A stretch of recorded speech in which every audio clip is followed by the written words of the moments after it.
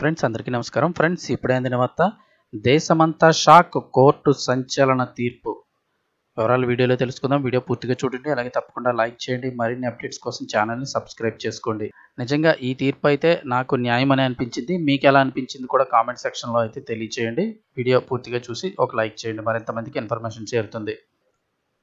Court సంచలన తీర్పు అయితే ఇచ్చింది. అసలు ఏం జరిగింది చూస్తే, భార్యను పలు రకాలుగా వేధిస్తూ ఆమెపై కర్కశంగా యాసిడ్ దాడి చేసిన భర్తకు కోర్టు మరణశిక్ష విధించింది. భార్య శరీరపు రంగును తోలనాడుతూ ఆమె స్థూలకాయాన్ని హేళన చేస్తూ హీనంగా ప్రవర్తించిన భర్త చేత కోర్టు తీర్పు మేరకు గురికంబం ఎక్కడున్నాడు.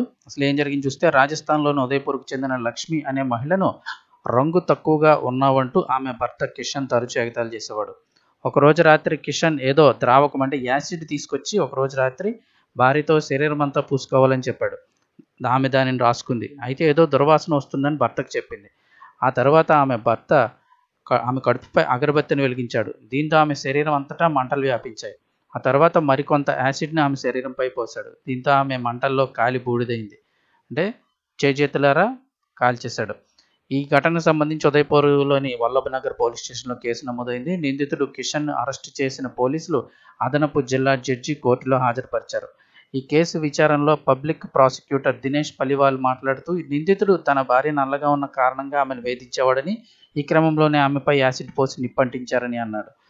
తీవ్ర గాయాలతో ఆమె మరణించిందని చెప్పారు. ఈ ఘటనలో నిందితునికి కోర్టు న్యాయమూర్తి మరణశిక్ష అయితే విధించారు.